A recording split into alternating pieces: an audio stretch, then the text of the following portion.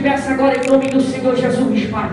Deus amado, Deus querido, Pai maravilhoso, Pai, dá vitória para o teu povo, Pai.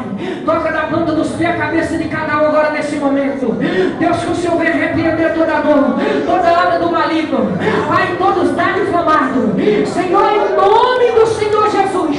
Pai, eu te peço, Pai, em nome do Senhor Jesus, tudo aquilo, Pai, que está amarrado, tudo aquilo que está fechado, que o Senhor agora, meu Pai, venha entrar com providência, venha quebrar agora toda obra de maldição, venha quebrar agora, Pai, toda obra do mundo.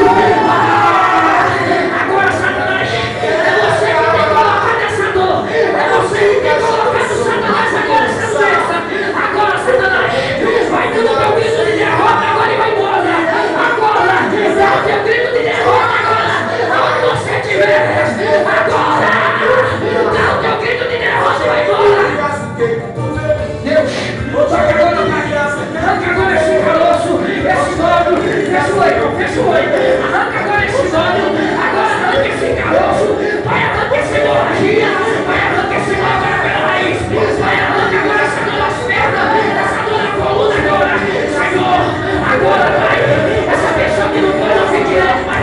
Começa a tocar no ouvido agora, começa a tocar nas vistas agora, na coluna, nas pernas. Toca, Senhor, toca, meu Deus, agora.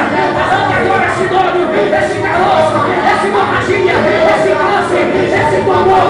Agora, agora, agora, agora, agora, agora. Não sube incomodada da sua, não sube incomodada da minha. Recebe a cura aí, recebe agora o toque do Espírito Santo. Agora, agora, desce Miguel, desce Gabriel. Agora, toca agora na tua igreja, Miguel. Toca, meu Deus, toca Gabriel, toca Miguel agora.